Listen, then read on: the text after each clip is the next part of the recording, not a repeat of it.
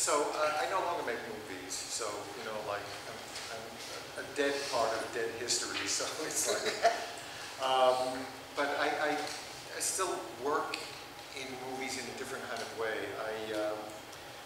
I have this software program, and I can capture images from DVDs.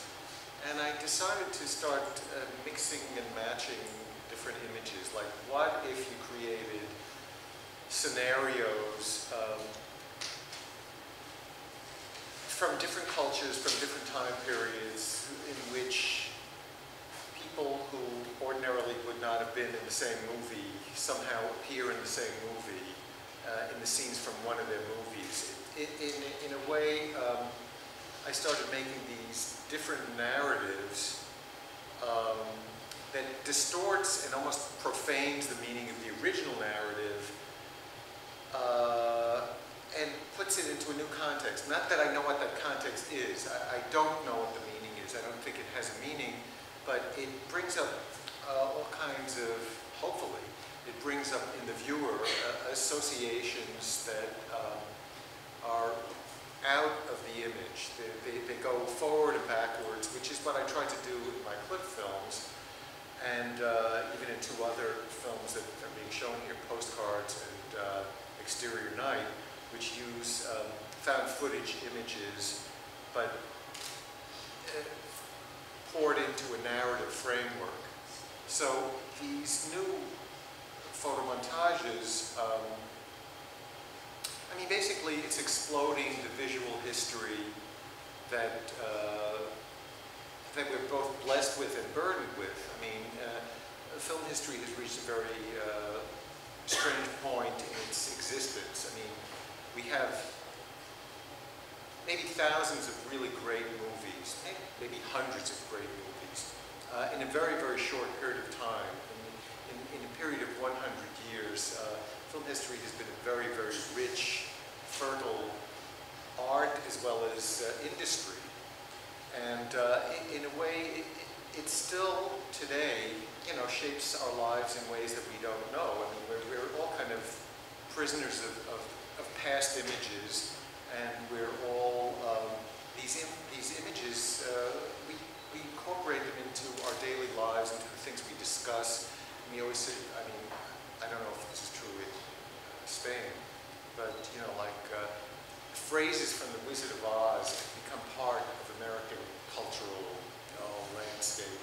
You know, like you say, we're not in Kansas anymore. Everybody knows what you mean.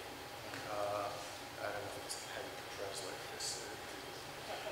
It's a little complicated, but I mean, phrases from On the Waterfront are, you know, like incorporated into daily language. Phrases and images from the Godfather film. So it's part of the cultural lingua franca, so to speak. So I don't know. I mean, I can intellectualize and say, well, what I'm trying to do is like reassess what these images really mean. This bullshit. I'm not trying to reassess what these images mean. I'm just playing with them. I'm just trying to find a new way to use these images that are part of our cultural history. I can go off forever. You know. Marc dice que puede seguir, pero Mónica, que es la jefa, nos ha sacado la tarjeta roja o no sé, blanca. ¿Una última pregunta? ¿O una primera pregunta? A ver.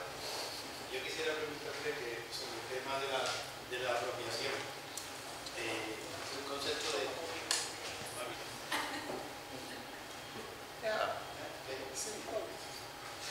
Sí. Completo tu pregunta y le hago la última doble, ¿vale, Mónica? No sé. There is a long story in avant-garde, sorry for using this word, of love. Maybe you think just a question, maybe you think is a new phase of this love-hate relationship between periphery and... I don't see the hate in Andy Warhol. Well, no, maybe not. And Kenneth Anger, No, I was a fan, yeah. But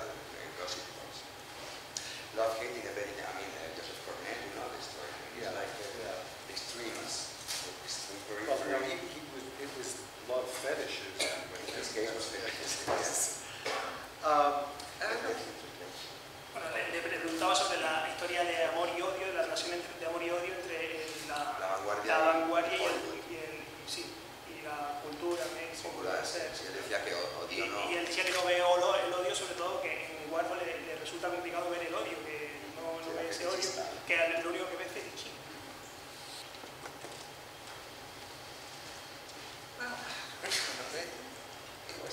It's not a question of love-hate. It's just a question of what do these images really mean. They say they mean something, but they mean something else. They pretend that they're light. For example, the Rock Hudson movies, Rock Hudson comedies, pretend to be light, sophisticated comedies with nothing else on their minds except to entertain the audience. But they have like a whole bunch of social coding in them that nobody bothers to think about when they're watching the movies. Now, I particularly hate those movies, so I was thinking about it. There's no love involved, and it's not even the hating the movies, it's the hating the whole system of values that the movies supports and encourages. You know, all these virgin comedies with Doris Day is the oldest virgin in the world, and Rock Hudson is the most manly of men in the world. You know, it's like, it's exploding myths. Doris said, the famous phrase is, film is truth 24 frames, 24 times a second. Well, it's just the opposite. I mean, film is lies 24 frames a second. And I don't think I'm the first person to say that. Sounds familiar. Yeah, I think even a filmmaker whom I hate, Michael Haneke, just said that recently about his other film, his most recent film. But no, films are lies, and especially Hollywood films, and especially for me, who probably was more influenced by Hollywood films than you were when you were growing up. Yeah, it's very important to unmask these distortions that this false conversation that is created between the spectator and the screen images. Que es una visita guiada